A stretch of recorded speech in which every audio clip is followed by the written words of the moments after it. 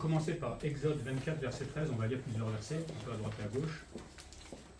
Donc Exode 24, 13. Il y a tellement de choses à dire sur Josué. Je ne peux pas lire tous les passages, parce que sinon on en aura pour 3 heures.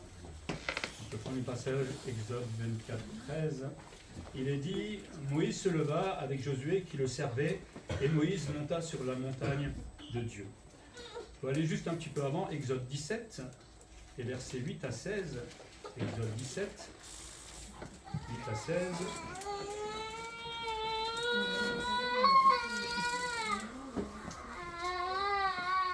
Exode 17, versets 8 à 16. Amalek vint combattre Israël à Réphidim. Alors Moïse dit à Josué, choisis-nous des hommes, sors et combat Amalek. Demain je me tiendrai sur le sommet de la colline, la verge de Dieu dans ma main. Josué fit ce que lui avait dit Moïse pour combattre Amalek. Et Moïse, Aaron et Hur montèrent au sommet de la colline. Lorsque Moïse élevait sa main, Israël était le plus fort, et lorsqu'il baissait sa main, Amalek était le plus fort. Les mains de Moïse étaient fatiguées.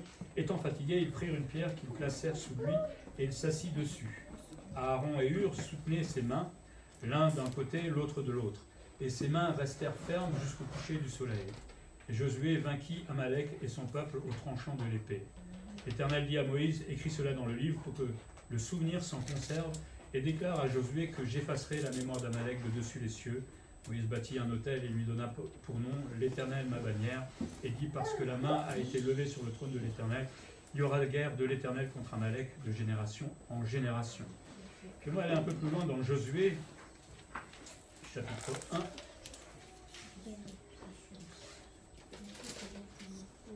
Je vais lire versets 8 à 16. Josué chapitre 1, versets 8 à 16, passage bien connu.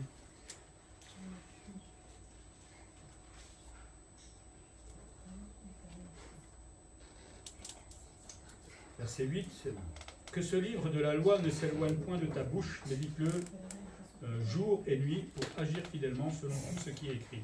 Car c'est alors que tu auras du succès dans tes entreprises. C'est alors que tu réussiras. Ne t'ai-je pas donné cet ordre? Fortifie-toi et prends courage, ne t'effraie point et ne t'épouvante point, car l'Éternel ton Dieu est avec toi dans tout ce que tu entreprendras. Josué donna cet ordre aux officiers du peuple, parcourez le camp et voici ce que vous commanderez au peuple. Préparez-vous des provisions, car dans 3 jours vous passerez ce Jourdain pour aller conquérir le pays dont l'Éternel votre Dieu vous donne la possession. Etc. etc. Je vais m'arrêter. C'était jusqu'au verset 9. Beaucoup voudraient être le chef. Je ne sais pas si vous avez remarqué, peut-être au boulot, même dans l'église parfois, beaucoup aiment être le premier, être devant, je sais pas, être servi peut-être par les autres. Mais pour être un bon premier, et c'est ce que va nous apprendre Josué, il faut savoir être un bon second d'abord. Il faut savoir être le deuxième pendant un temps. On va voir un peu cette vie d'obéissance, parce qu'on parlait d'obéissance tout à l'heure, mais la vie d'obéissance de Josué comme second pendant un bon moment de son ministère. Et comment il va devenir ce chef véritable avec Moïse ensuite, il va lui laisser la place. Tout ça, c'est un exemple à fait pour nous en tant que chrétiens. On veut toujours avoir les premières places, alors que le Seigneur veut d'abord nous faire travailler sur les secondes, troisième, quatrième places, je ne sais pas. Mais on ne monte pas, je n'aime pas l'expression, mais on ne monte pas à premier comme ça. Un pasteur ou des pasteurs disaient, si vous voulez être pasteur, passez d'abord le balai. Si vous ne savez pas passer le balai, n'essayez pas d'être pasteur. Vous verrez que quand il y a des églises qui ne veulent pas faire le ménage, c'est vous qui allez le faire. Donc, si vous n'avez pas passé le balai, n'essayez pas d'être pasteur. Mais on comprend l'idée. Mais on voit que dans cette vie de Josué, son obéissance va lui donner du succès. Alors le succès, ce n'est pas le succès comme le monde, on le perçoit, c'est plutôt ce succès d'être dans le projet et dans la volonté de Dieu.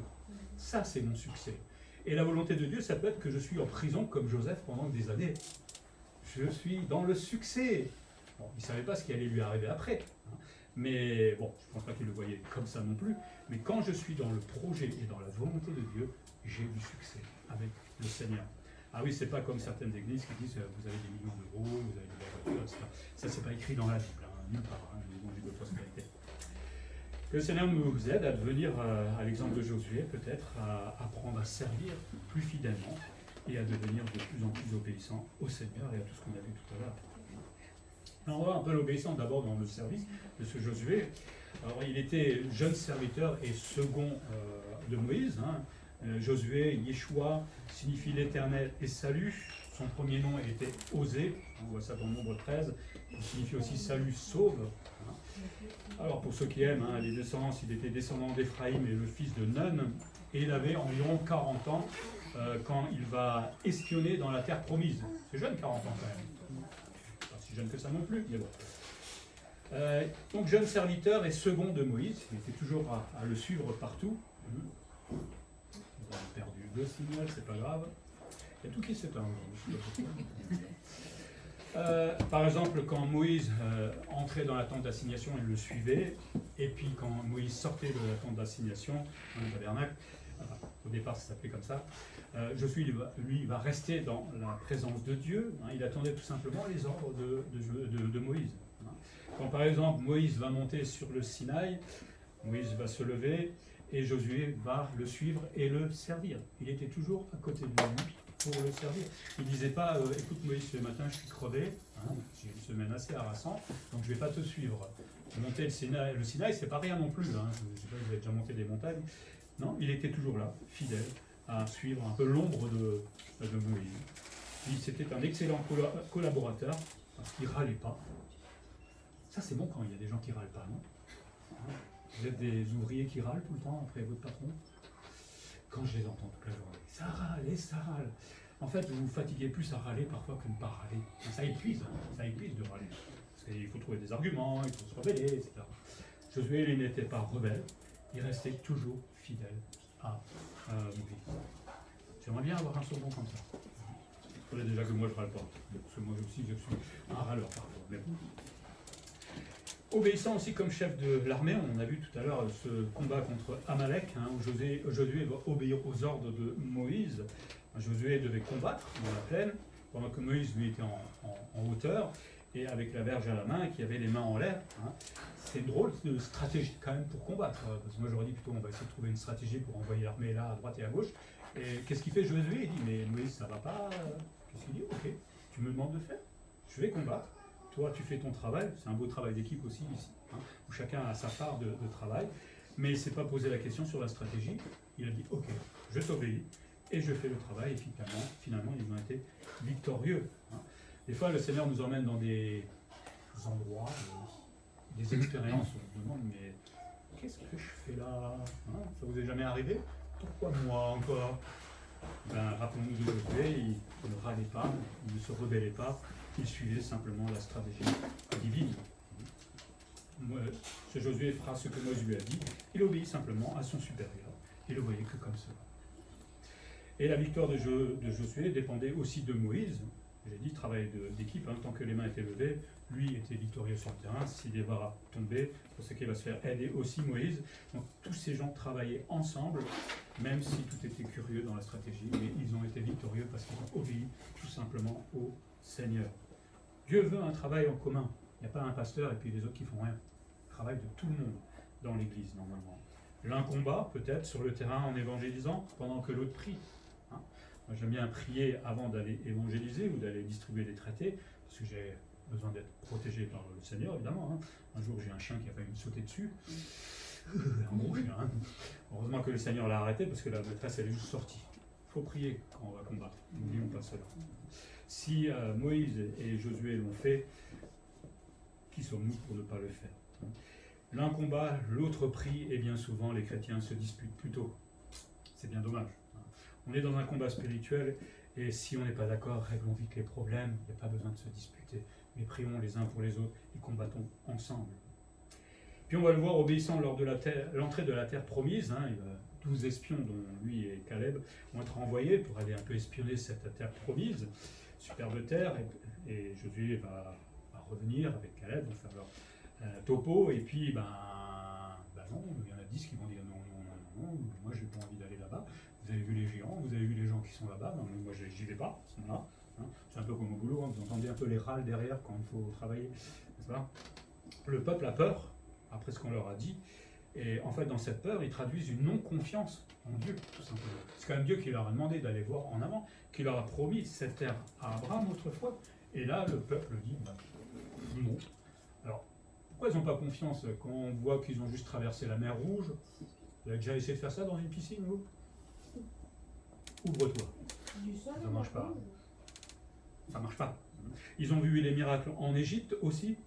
Donc avec toutes ces choses impressionnantes, pourquoi ils ont eu peur de rentrer dans la terre promise? C'est curieux ça. Ils n'avaient pas confiance. Et le peuple avait tellement peur, parce que Josué et Caleb, eux, disaient non, on y va, on y va. Ils voulaient presque les lapider. C'est dire la confiance et la peur qu'ils avaient à ce moment-là. Mais Josué et Caleb sont dans une situation, ça c'est le prix de l'obéissance parfois. Quand on obéit à Dieu, on risque gros, hélas. Même de la part de ses collègues ou peut-être de sa famille ou je ne sais pas quoi. Et Dieu va punir évidemment, vous le savez, le peuple pendant 40 ans au désert, ils vont tourner en rond et toute la génération va mourir. Pendant ce temps-là, Josué et Caleb marchent avec eux. C'est pas juste quand même quand on y réfléchit. Ils sont punis à cause des autres. Qu'est-ce qu'il va faire Josué? Il va dire ah, j'en ai marre, ce peuple il m'énerve, maintenant je suis puni. Il se tait. 40 ans, vous imaginez 40 ans. J'en ai 53, ça veut dire c'est énorme. Et pendant tout ce temps-là, il ne s'est pas rebellé, ni Caleb. Ils ont obéi tout simplement au Seigneur. Vous êtes obéissant comme ça? Je suis obéissant comme ça. Il y a du boulot. Ouais, ça ne veut pas dire qu'au fond de son cœur, à mon avis, il y a quand même dû avoir un petit moment où il devait être énervé. Je suppose, c'est un être humain aussi. Pas non plus divinisé, entre guillemets. Bon. Mais voilà, il a préféré obéir malgré la bêtise des autres, hélas. Mais ils seront quand même récompensés à la fin, puisqu'ils vont finalement entrer dans la terre promise et avoir leur terre, leur propre terre, chacun. Mais c'est quand même long pour y arriver. À l'époque, ils vivaient un peu plus longtemps que nous. Il va être obéissant aussi comme chef d'Israël. On peut lire dans Josué 5, versets 13 à 15. Comme Josué était près de Jéricho, il leva les yeux et regarda. Voici un homme se tenait debout devant lui, son épée nue dans la main. Il alla vers lui et lui dit « Es-tu des nôtres ou de nos ennemis ?» Il répondit « Non, mais je suis le chef de l'armée de l'Éternel. J'arrive maintenant. » Josué tomba le visage contre terre, se prosterna et lui dit « Qu'est-ce que mon Seigneur dit à ton serviteur ?» Et le chef de l'armée de l'Éternel dit à Josué « ôte tes souliers de tes pieds, car le lieu sur lequel tu te tiens est saint. » Et Josué fit ainsi. Quand Josué va devenir le chef d'Israël, il va rencontrer à un moment cette personne, ce chef de l'armée de l'Éternel. On peut se demander qui c'est, mais le fait que quand Josué va l'adorer, ça signifie que c'est tout simplement l'ange de l'Éternel. Un ange normal n'acceptait jamais l'adoration d'un serviteur, d'un prophète, etc. Donc s'il accepte l'adoration, c'était l'ange de l'Éternel, et l'ange de l'Éternel, c'est évidemment Christ, préincarné, avant qu'il soit incarné. Et donc là aussi, drôle de stratégie. Tourner 7 fois autour de la ville en faisant la musique et tout ça, et avec l'arche. Vous l'auriez fait, vous? C'est bizarre comme stratégie, non? Ça aurait été mieux d'aller voir si on pouvait passer par des brèches ou attaquer directement la porte. Là, on nous demande de faire 7 fois le tour. Et qu'est-ce que fait Josué encore une fois? Ok, on y va, on y va. C'est quand même bizarre, ces stratégies de la part de Dieu. Mais Dieu ne fait pas comme le monde, évidemment, ou comme les hommes. Il ne va pas remettre en question l'autorité de l'ange. Ça ne veut pas dire qu'il ne réfléchit pas, qu'il n'est pas intelligent, au contraire. Mais il a vu les miracles de Dieu jusqu'à présent, il a vu que la première stratégie un peu curieuse qu'il a vécue a finalement été bonne. Donc pourquoi pas une deuxième stratégie curieuse? Et finalement, Jéricho va s'écrouler parce qu'ils ont obéi tout simplement aux ordres du Seigneur. Il se soumet, comme il l'avait fait avec Moïse. Là, cette fois, Moïse n'est plus là, mais il se soumet à Dieu, tout simplement, comme Moïse le fera durant toute sa vie. Et c'est là où il va démontrer ses grandes qualités de chef. Un grand chef, c'est quelqu'un qui obéit particulièrement à Dieu. Et c'est pas toujours simple, parce que quand vous êtes chef comme lui, vous avez la pression du peuple. Pas une petite église ou un truc comme ça, là vous avez le peuple derrière qui vous met la pression. Et c'est pas toujours simple. Donc on voit là une qualité de Josué, c'est l'obéissance, mais une obéissance en toutes circonstances, dans n'importe quelle situation. C'était un vrai chef, mais aussi un vrai serviteur. Pour être un bon chef, il faut commencer par être un bon serviteur.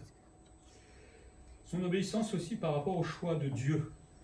Concernant le choix de Moïse pour diriger le peuple, par exemple, Josué ne s'est jamais rebellé quand Dieu a dit « c'est Moïse qui va vous diriger ».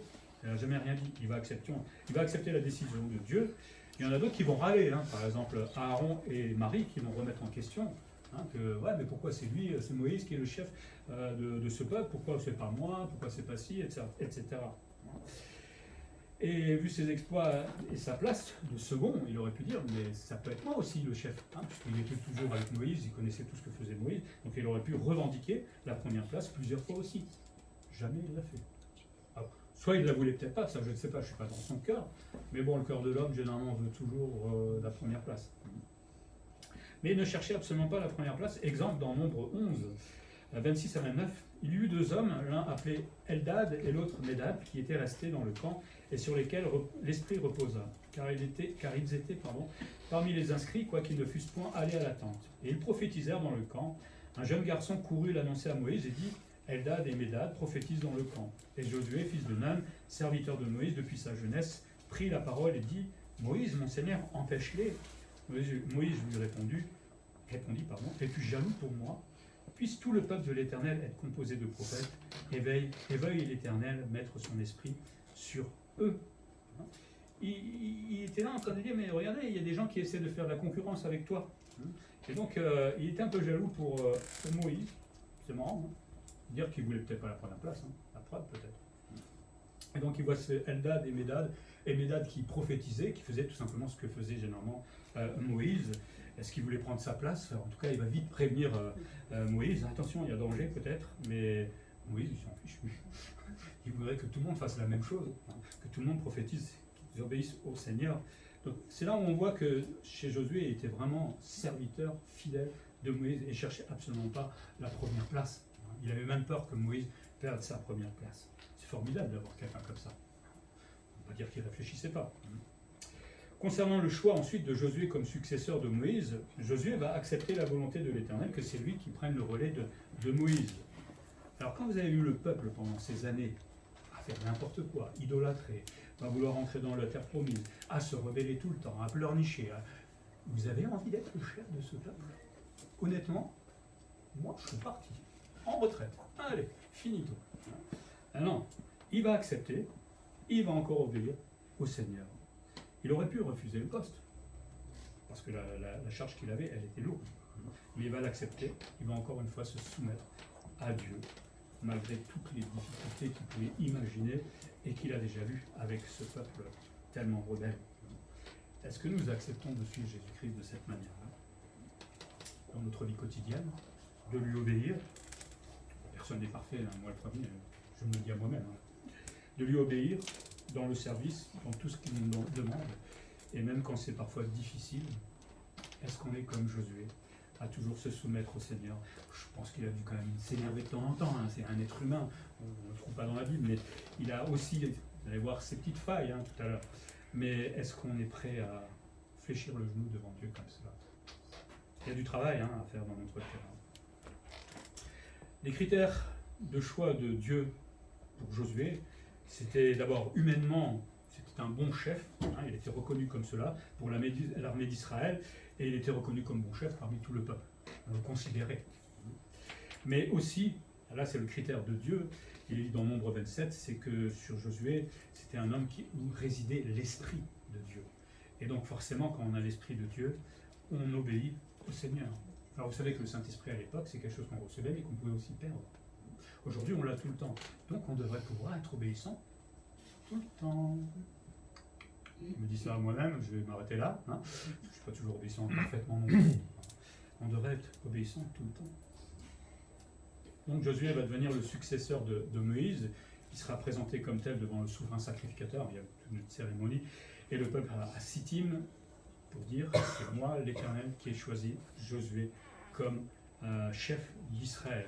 Dieu va l'élever aux yeux d'Israël à ce moment-là. Et pourtant, il ne prend pas la grosse tête. Hein. Parce que des fois, quand on est les premiers, hein, surtout quand on a passé un temps à être le second, quand on devient le premier, on voit ça souvent au boulot. Hein. Alors là, ça se prend pour je ne sais pas quoi. Hein, alors que non, il n'y a pas à se prendre une grosse tête.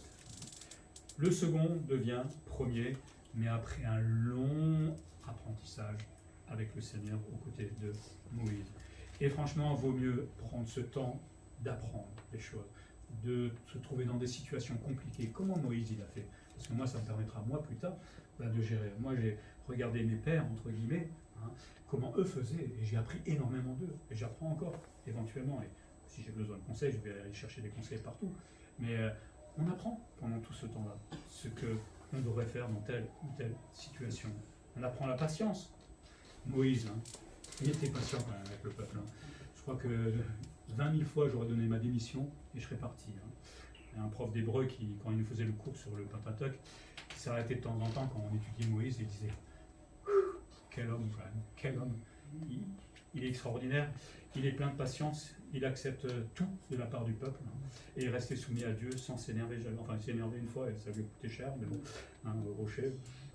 Mais il a appris de Moïse la soumission, il a appris le service et il va encore apprendre plusieurs choses après lui-même avec l'expérience avec Dieu. Mais c'est fort de tout cela qui peut prendre les rênes du peuple. Si on veut être le premier tout de suite sans aucune expérience, vous allez vite vous casser la figure. Hélas, vous ne devenez pas chef d'une entreprise sans la connaître. Il faut être fou pour faire ça. C'est la même chose au niveau humain. On peut devenir excellent en premier sans passer par la deuxième place, ou la troisième, ou la quatrième, sans évoluer, j'ai envie de dire. On est d'abord ouvrier pour devenir chef. On aura appris des choses. Concernant le partage de la terre promise, Josué obéit aux ordres de Moïse. Là aussi, il aurait pu dire, bon, maintenant Moïse il n'est plus là. Non, il va encore obéir aux ordres de Moïse qui ont été donnés par Dieu. Donc c'est pour ça qu'il va obéir. Lui aurait pu choisir, mais c'est lui quand même qui a conquis la terre promise, enfin une partie. Il aurait pu dire c'est moi qui choisis, mais non, là encore, il se soumet à Dieu. Il va être aidé du souverain sacrificateur, il y aura une commission qui va être là, et donc il va présider à ce partage de la terre promise. Vous pouvez lire ça dans Josué, si vous ennuyez ce soir. Il va créer aussi des cités de refuge, des villes pour les Lévites, c'est ceux qui servaient au tabernacle. Il va placer l'arche à Silo, bref, il va tout mettre en place dans cette terre promise qui a été conquise, enfin, pas tout. Il obtient pour lui-même la ville de Timnath-Sera, retenez bien, l'interrogation écrite tout à l'heure, qui était sur la montagne d'Éphraïm.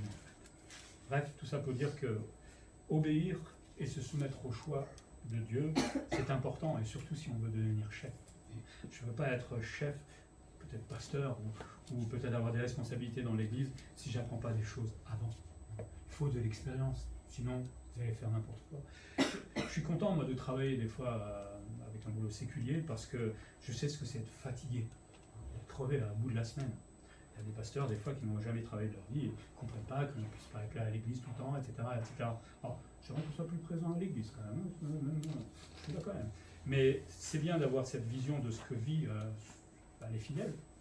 Les difficultés, les pressions, les disputes, enfin tous les trajets, des fois, surtout ici à Paris, 2 heures. Je ne ferai jamais ça, moi, mais voilà, au moins on sait ce qui se passe dans la vie des gens avant de leur dire ouais, mais il faut être là tout le temps, il faut toujours prier, il faut toujours. Et moi aussi je suis crevé là. Donc il faut. Alors je dis ça, ne profitez pas pour me dire maintenant, je reviens pas le dimanche. Je comprends, mais moi je travaille, je suis quand même là le dimanche, tous les dimanches, d'accord. De temps en temps je ne suis pas là, mais c'est rare, d'accord. Mais c'est mieux de comprendre, d'avoir cette expérience, de vivre un tas de choses pour, quand on est dans ces situations, de savoir comment réagir. Et tout ça, si vous ne les vivez pas forcément, vous pouvez aussi chercher conseil dans la Bible. Quand vous l'aurez relu 5 fois, je laisse cogiter un petit peu. 5 fois, il y a quelqu'un qui l'a lu 5 fois ici? Il faudrait, au bout de 20 ans. C'est une fois où... Allez, la Bible, c'est... En 2 ans, on peut la lire. Au bout de 20 ans, on peut la relire 10 fois. Aïe, aïe, aïe. Alors, sinon, l'obéissance au conseil de l'Éternel. On l'a lu dans Josué 1, le conseil de garder sa parole, justement. Il ne doit pas s'éloigner du livre de la loi. À l'époque, il n'y avait pas la Bible comme nous, il y avait juste l'Ancien Testament. Enfin, une partie, même, il n'y en avait pas tout encore. Mais Josué ne doit pas s'éloigner de la loi, il doit la méditer jour et nuit. Méditer, en hébreu, c'est comme les vaches. Prenez le temps de chercher les nutriments, les bonnes vitamines là-dedans, c'est prendre le temps de réfléchir dessus. Et c'est comme ça qu'il aura du succès. Alors, le succès, on a bien compris, c'est pas de l'argent, c'est pas de la gloire, c'est pas de ça, c'est d'être dans la volonté de Dieu. Après, si le Seigneur veut bénir quelqu'un, il le fera. Ça, c'est donc suivre la volonté de Dieu. Et c'est en lisant évidemment et en méditant sa parole qu'on peut le faire. Et c'est ce qui va aider à tous les coups Josué, parce que quand on lit la parole de Dieu, elle offre toujours de très bons conseils pour toutes les situations de vie. Même si ce n'est pas écrit directement, on peut en tirer un principe quelque part. Par contre, j'ai dit Josué n'est pas parfait. Les Gabaonites, ça vous rappelle quelque chose? Josué commençait à être connu dans la région, il avait toujours des victoires et les Gabaonites, ils avaient peur de lui. Et donc ils vont trouver un petit stratagème pour ne pas les combattre en face, hein, parce qu'ils craignaient Israël. Ils vont feindre de venir d'un pays très lointain. Hein, ils vont s'habiller vraiment pauvrement, comme s'ils avaient marché depuis des années. Et puis ils vont approcher Josué. Hein, et puis Josué va les accepter. Mais à un moment, il va se rendre compte que c'était des Gabaonites, un peuple qu'ils auraient dû détruire et conquérir leur terre. Et le problème, c'est qu'il écrit que personne n'a consulté l'Éternel à ce moment-là. Personne. Le peuple est venu comme ça, les mains dans les poches, tranquillement, et personne ne s'est dit, mais c'est qui ces gens-là? On les a acceptés comme ça dans le peuple. Et ben voilà, qu'est-ce qui se passe quand on ne demande pas au Seigneur?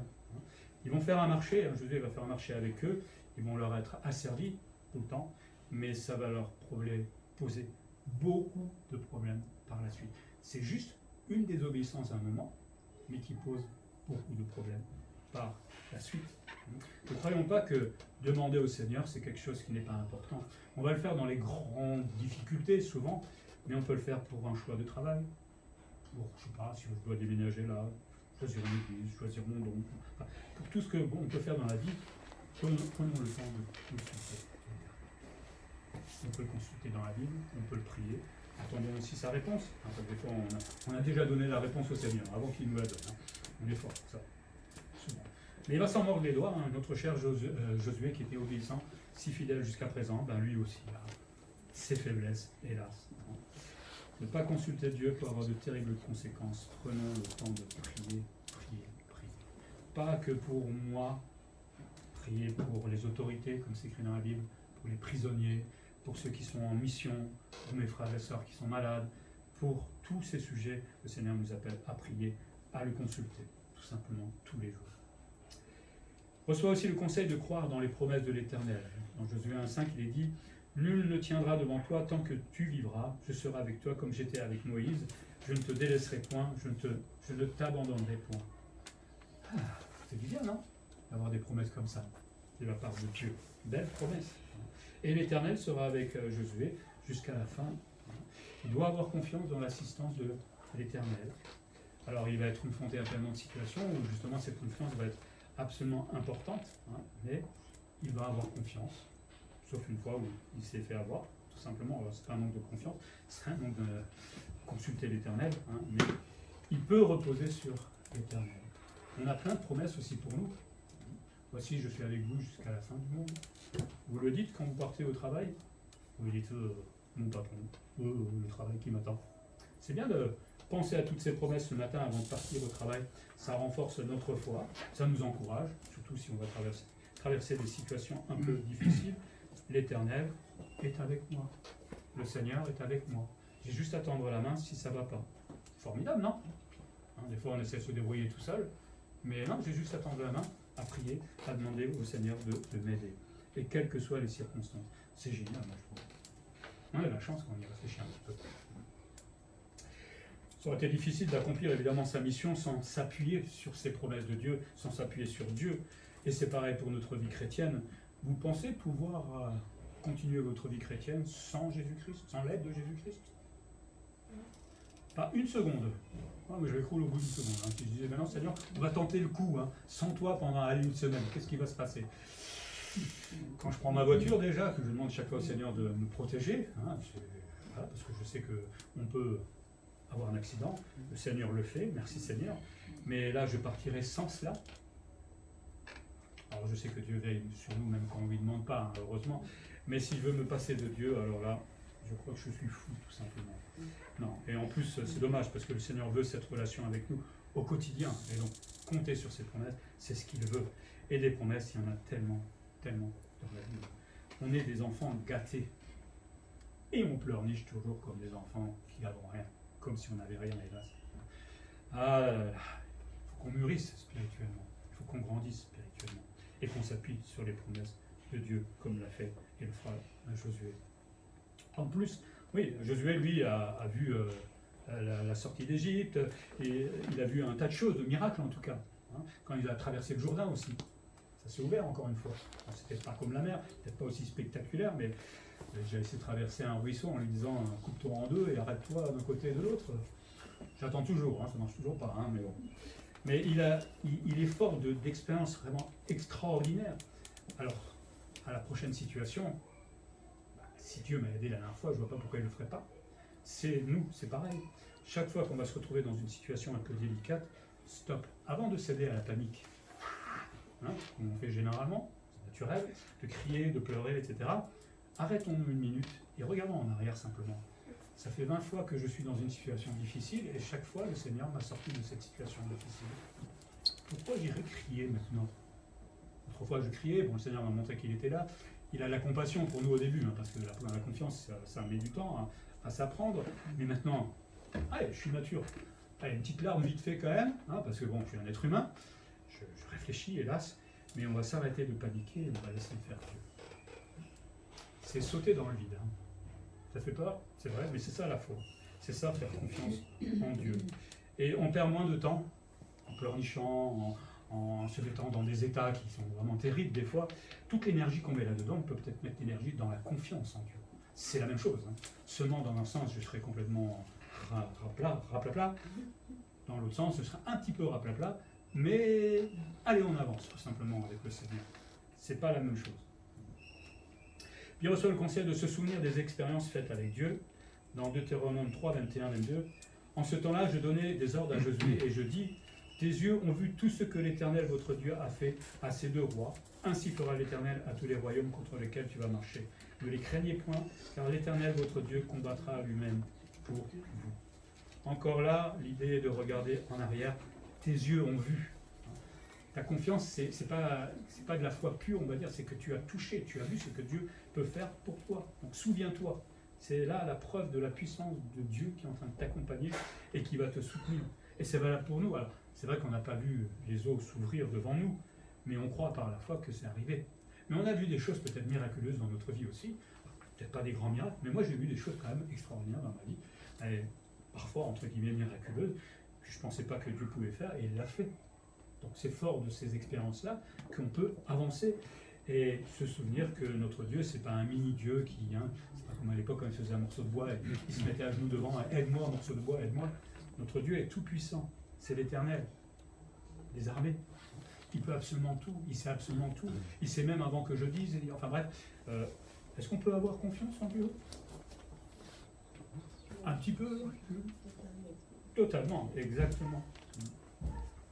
Josué a vu Dieu combattre pour Moïse plus d'une fois et pour lui-même, et donc Dieu combattra forcément pour lui lors des conquêtes qu'il va avoir à entreprendre. Le souvenir des exploits passés de Dieu doit nous aider aussi, nous. Non seulement les souvenirs de ces exploits-là que nous n'avons pas vécu, mais qu'eux ont vécu, mais peut-être aussi de missionnaires qui ont vécu des choses extraordinaires, ou tout simplement de nos vies simples, où Dieu prend soin de nous tous les jours. Il ne faut pas des grands miracles. Vous avez à manger tous les jours, non? Oui. C'est un miracle. Ah, vous dites, ouais, mais non, je vais au supermarché. C'est un miracle qu'il y ait un supermarché. Il y a des pays, ils n'ont pas ça. Allez, en ce moment, il y a la guerre en Ukraine. Il y a plus tout ça. C'est un miracle aujourd'hui que nous mangeons. Vous avez des vêtements, vous avez une voiture, vous avez un iPhone. Ça, c'est peut-être pas un miracle, mais tout va bien. Mais toutes ces choses-là, c'est aussi une promesse que le Seigneur nous a fait, le vêtement et la nourriture. C'est une promesse qu'il nous fait et que nous avons. Est-ce que nous le remercions pour cela? Est-ce qu'on compte sur lui pour cela? On regarde plutôt notre compte en banque chez Frappe, on regarde, tiens, ça va ce mois-ci, ça va aller, mais on ne compte pas sur Dieu des fois. Et pourtant, il faudrait compter sur lui aussi, parce que ça fait partie de toutes les promesses qu'il nous donne. Donc le succès, comme on l'entend, ou presque, parce que, comme je l'ai dit, il ne va pas conquérir toute la terre promise. Cette terre promise va être conquise pendant le millénium, une fois que Christ va revenir, à la fin de la tribulation, quand on va poser ses pieds à Jérusalem et instaurer son royaume de 1000 ans. C'est là où on va voir la vraie terre conquise, le vrai Israël qui va jusqu'en Irak, qui redescend. C'est 3 fois ou 4 fois plus grand, en fait. Et c'est ce que devait normalement conquérir Josué à la base. Mais bon, il s'est fait avoir par des Gabaonites et par d'autres choses. Il n'a pas conquis vraiment toute la terre promise. Mais ça sera un jour. Donc ce succès, malgré tout, de la conquête de la terre promise par Josué, provient uniquement de l'obéissance à Dieu. Donc si on veut avoir du succès dans notre vie, déjà, sachons si Dieu le veut, hein, ça c'est une chose, mais après, obéissons tout simplement au Seigneur. S'il nous mène là et que moi j'ai envie d'aller là, on va quand même aller vers là, puisque c'est lui qui me demande de le faire. On ne veut pas aller de l'autre côté parce que moi je sais mieux, soi-disant. Et puis, en parlant de sa fin de vie et l'exhortation qu'il va faire aussi, dans Josué 24, 1 à 28, non, ouais, c'est ça, avant de mourir, hein, donc Josué va convoquer l'assemblée à Sichem, il va exhorter le peuple à ne jamais abandonner l'Éternel. Il a donné l'exemple dans sa vie. Moïse l'a donné, lui l'a donné par leur vie. C'est bien de dire aux gens faites, faites, faites. Et quand on vous voit le faire vous-même, ça a plus d'impact que le dire. Lui a démontré que l'obéissance était le meilleur. Il a montré que Dieu lui a donné du succès, tout simplement. Donc c'est un fait avéré. Hein, c'est pas quelque chose qu'on dit comme ça, vite fait. Il va rappeler aussi toutes les promesses qui ont été faites à Abraham, d'avoir un peuple, ça y est, c'est fait. D'avoir une terre, ça y est, c'est fait. Partiellement, évidemment, comme j'ai dit, c'était pas tout à l'heure, tout à fait entier. Il a vu qu'ils ont été délivrés d'Égypte, il est entré dans la terre promise, il a vu des miracles. Bref, tout cela, il le rappelle au peuple qui n'oublie pas. Et qu'est-ce que va faire le peuple? Il va oublier. Évidemment, comme d'habitude. Il appelle aussi à craindre Dieu, à le servir fidèlement, parce que Dieu est un Dieu jaloux. Le grand problème d'Israël, ça a commencé dès la sortie de l'Égypte, c'était les idoles. Quand on ne voit pas Dieu agir, on va se tourner vers quelque chose d'autre. Alors nous, aujourd'hui, on n'a peut-être pas d'idole, mais on a l'argent. Ça nous sécurise. Ou on va trouver autre chose. Hélas, ça, c'est pas ce que le Seigneur veut. Tout ce qui remplace Dieu devient une idole, quelque part, puisqu'on compte sur cela. Josué appelle à craindre Dieu. Il va y avoir une pierre qui va être érigée là, qui va servir de témoin. Ça veut dire qu'on peut y revenir à cette pierre en souvenant tout ce que Josué avait dit. Et que toutes les promesses qui ont été faites là, cette pierre les rappelait tout simplement, promesses de l'Éternel à son peuple.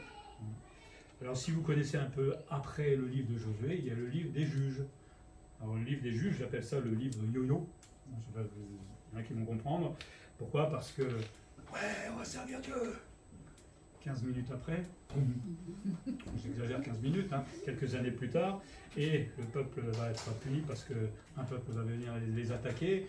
Seigneur, aide-nous, pardon pour nos péchés, etc. Seigneur, plein de compassion, les relève, éloigne l'ennemi. 15 minutes après, boum.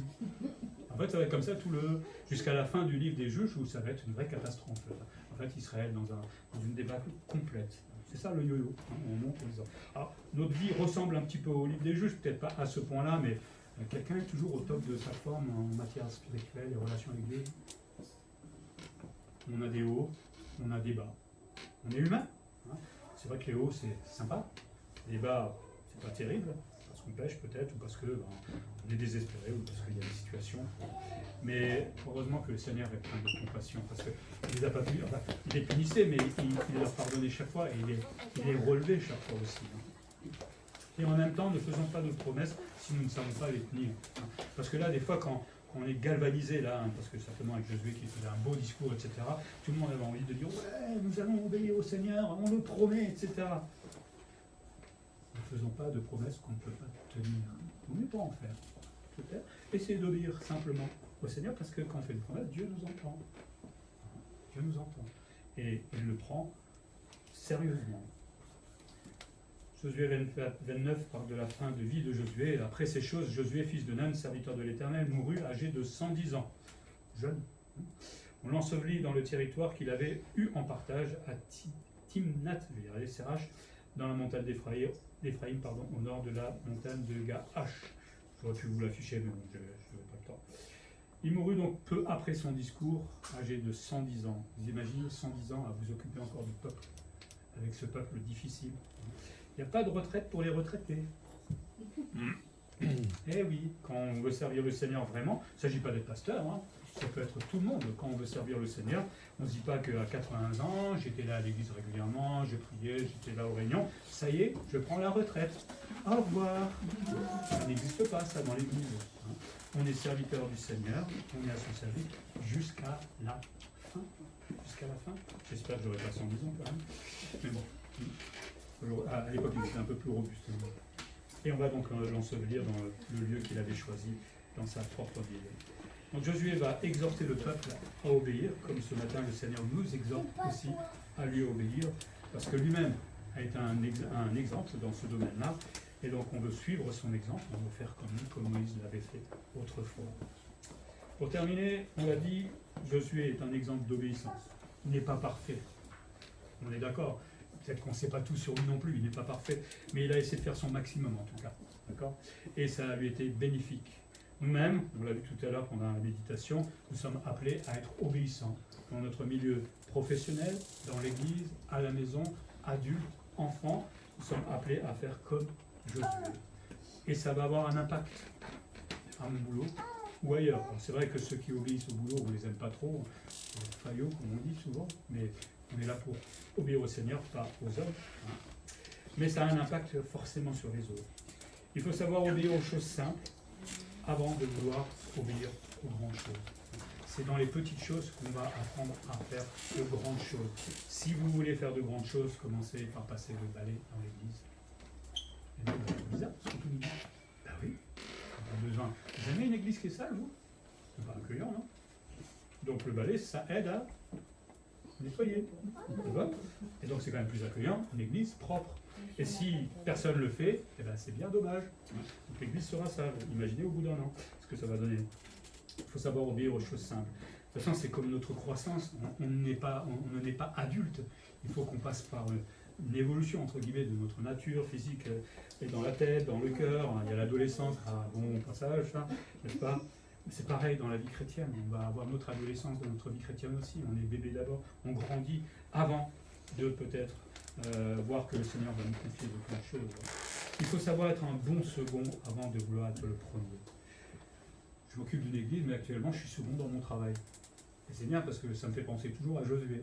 Donc j'étais content parce que la femme, celle pour qui je travaille, disait je sais rester à ma place. C'est pas toujours simple. Hein, on voit surtout son chef qui fait peut-être des bêtises des fois. Envie de le. Hein, mais non, il faut savoir rester à sa place. Jusqu'au moment où ça nous permettra peut-être d'aller plus loin. Mais c'est pareil dans l'église, c'est pareil dans tous les domaines de notre vie. On doit être un bon second avant de devenir un bon premier. Ou pas. On n'a pas besoin d'être le premier ou le second. Hein, mais on doit tous obéir au Seigneur, ça c'est sûr. Pour tous obéir à Dieu donne du succès. Vous n'aurez pas plus d'argent après ce message, vous n'aurez pas plus de belles voitures, mais vous aurez la joie d'être dans le projet de Dieu. C'est quand même mieux que d'avoir beaucoup d'argent. Je suis là où Dieu me veut en ce moment dans son projet. Je suis en train de marcher avec lui. Je suis en train de le servir fidèlement. S'il veut me donner des choses, ben merci Seigneur. S'il ne veut pas me donner des choses, ben merci Seigneur. Bon là, évidemment, il est un peu moins joyeux, hein, mais bon. Merci Seigneur quand même. Mais l'essentiel, c'est que je sois là où Dieu, lui, me veut. Que le Seigneur nous aide à devenir obéissants comme Josué a été. Prions. Seigneur, merci pour ta parole qui est là pour nous rappeler de grands épisodes et surtout de grands hommes qui ont vécu des vies extraordinaires, incompréhensibles même pour nous parfois. Et à l'instar de Josué, cet homme qui était serviteur, fidèle, obéissant à Moïse, et dont tu t'es servi ensuite, Seigneur, pour diriger ton pays dans la terre promise. Il en a vu des choses terribles, mais des belles choses aussi, des miracles. Et tout cela, ça l'a aidé, ça l'a fortifié dans sa foi, Seigneur. Aujourd'hui, c'est nous les Josué, entre guillemets, avec nos vies simples peut-être, mais parfois ces vies simples passent aussi par des moments compliqués, difficiles. Apprends-nous à l'exemple de Josué de nous souvenir de tes promesses, que tu es là avec chacun d'entre nous tous les jours jusqu'à la fin du monde, que tu ne nous abandonneras jamais, Seigneur, et qu'on pourra se jeter toujours dans tes bras, quoi qu'il nous arrive, Seigneur. Apprends-nous à arrêter de paniquer, mais plutôt à lever la tête vers toi et à te saisir la main, Seigneur. Aide-nous à mieux connaître tes promesses aussi en lisant ta parole un peu plus régulièrement, à la méditer, à la consulter tous les jours, Seigneur, en extraire tout ce qui est bon pour nous, Seigneur. Je te prie aussi pour ce monde, Seigneur, qui ne te connaît pas, que nous puissions être obéissants dans notre travail, peut-être dans nos familles, pour qu'ils se posent des questions. Pourquoi tu agis comme cela ? Ben, je veux obéir à mon Dieu, je veux lui être fidèle et pourquoi pas pouvoir lui présenter l'Évangile. Aide-nous à être obéissants devant nos autorités, Seigneur, jusque là où toi tu es encore d'accord, Seigneur. En tout cas, voilà, c'est un grand défi pour chacun d'entre nous, moi le premier, Seigneur, à grandir dans ce domaine. Aide-nous tout simplement. En Jésus-Christ. Amen.